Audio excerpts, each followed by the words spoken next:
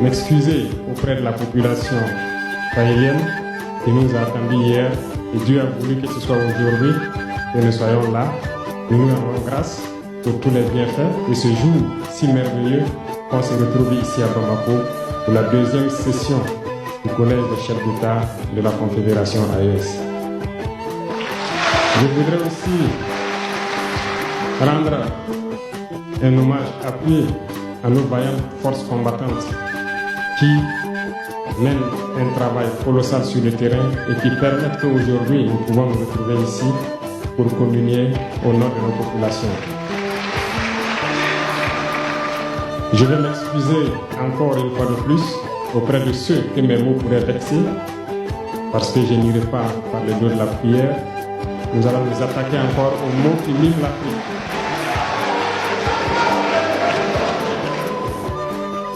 Vous avez certainement tous déjà entendu parler du printemps arabe. Ce phénomène qui a bouleversé la géopolitique du monde arabe, en commençant par le Maghreb, en Afrique et jusqu'en Asie, qui s'est manifesté avec des conséquences souvent désastreuses, des morts et des divisions par endroits, et des bouleversements politiques sans précédent dans d'autres endroits. Et je pense que tous les Africains devraient comprendre qu'est-ce que c'est que ce phénomène, d'où il vient, et qu'est-ce qu'il faut faire pour se prémunir d'un tel phénomène. Malheureusement, nous sommes au regret de constater que certains Africains ne se réveillent pas. Et ce que je vais dire n'est que ma pensée à moi, mon analyse, c'est qu'il y a quelque chose qui vient sur l'Afrique de l'Ouest, que j'ai appelé l'hiver noir. L'hiver noir arrive. Il serait un hiver très froid, un hiver sanglant, un hiver meurtrier. Vous allez me poser des questions, pourquoi? Eh bien, en fondant la Confédération de l'AES, nous avons senti ce froid venir. Et tous les jours que Dieu fait, nous nous évertuons à trouver des troncs d'arbres pour allumer un feu qui va réchauffer le cœur des Africains, un feu qui va réchauffer les mentalités et le sang des Africains pour nous unir autour. Nous nous sommes évertués également à faire la chasse aux loups pour essayer d'utiliser leur peau pour faire des manteaux pour nous protéger du froid de l'hiver. Nous nous sommes évertués à construire des montagnes, de grandes montagnes pour briser le vent de l'hiver qui devrait s'abattre sur nos communautés. Malheureusement, force est de constater que certains Noirs sont là tous les jours à arroser nos troncs d'arbres d'eau fraîche pour qu'ils ne puissent pas brûler. Ils se transforment en loups ou font en sorte que nous, chercheurs de loups, nous ne puissions pas surprendre le loup. Lorsque nous voulons construire nos montagnes, ils brisent les cailloux pour que nous ne puissions pas arriver. Pourtant, l'hiver arrive. Et quand l'hiver viendra, devrions-nous permettre à ceux-là qui combattent de venir se protéger avec nos manteaux qu'on a confectionnés, avec les montagnes qu'on a construites pour nous protéger des vents, ou encore se réchauffer avec nous autour du feu. Telle est la question qu'il faut qu'on se pose. Qu'adviendra-t-il donc du panafricanisme quand l'hiver viendra? L'hiver viendra parce que la guerre se transporte en Afrique de l'Ouest. Les impérialistes font tout pour mettre l'Afrique de l'Ouest à feu et à sang. Mais du sommet de l'État jusqu'à certaines populations, soit nous faisons semblant de ne pas voir venir le danger, ou bien nous sommes nous-mêmes complices de ce qui va arriver. Le chaos pourrait s'installer. Je dis bien pourrait s'installer. Beaucoup de gens pourraient mourir. Nous allons nous entretuer de manière tellement atroce que pendant ce temps, ils seraient là à piller nos richesses, à imposer leur volonté. Et ceux qui vont survivre de cette tragédie n'auront que deux choix. Soit s'unir pour toujours contre l'impérialisme ou se résumer à être des esclaves jusqu'à disparaître. Il faut donc se prémunir de l'hiver noir qui vient. Nous ne pouvons pas comprendre que les Noirs en Afrique de l'Ouest ici prient Dieu que les terroristes tuent des populations noires.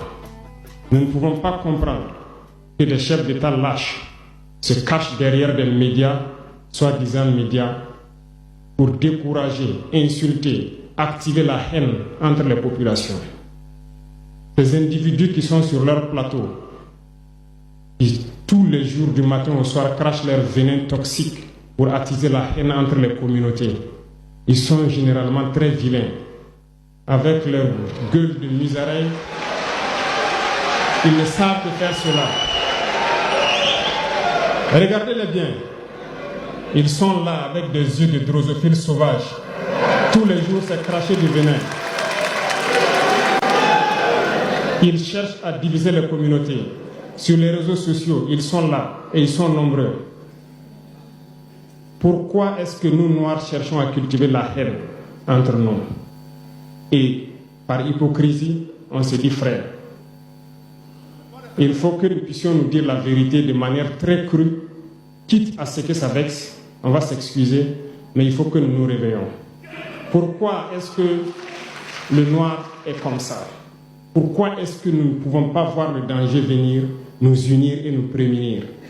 Pourquoi est-ce qu'il faut que par nos comportements, nous allions affronter ces dangers qui risquent de nous décimer? Mais d'autres ont fermé les oreilles. Ils font semblant de ne pas entendre la politique de l'Autriche. Des peuples se complaisent dans la colonisation. Ils aiment cette domination. À peine s'ils n'appellent pas les impérialistes, venez nous coloniser. Nous aimons être vos esclaves. Nous nous posons souvent des questions lorsqu'on voit les réactions. Ces pseudo-intellectuels décérébrés qui sont là à longueur de journée à entamer des débats en toute indignité, en toute malhonnêteté, comme s'ils ne voient pas la réalité des exemples qui se présentent à nous. Il y a plein d'exemples. Lorsque la démocratie fait certaines choses contraires aux règles même qu'elle s'est fixées, ils ferment les yeux là-dessus. Mais ils sont prompts à nous appeler juntes ou putschistes. Mais soyez sûrs d'une chose, nous sommes unis et nous resterons unis. Et nous devons ouvrir les yeux. L'AES va évoluer. Tout n'est pas forcément rose. Tout ne peut pas aller au rythme que nous souhaitons. Mais nous avançons sereinement et nous allons arriver à notre objectif. Et quand viendra l'hiver, si il faille que nous passions par l'hiver pour être libres, pour être unis, nous prions Dieu qu'il en soit ainsi et qu'il protège nos populations.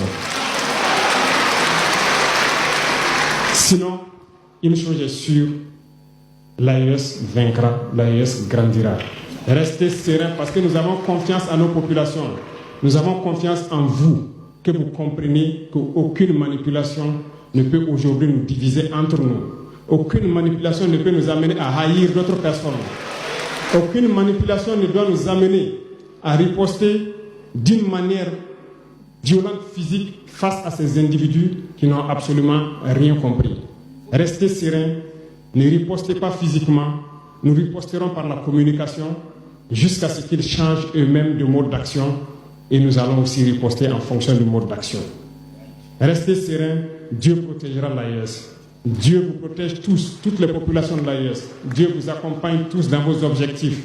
Et Dieu, qui est si juste, se bat pour ceux qui se battent. Nous nous battons. Nous sommes une population résiliente, la plus résiliente de la sous-région.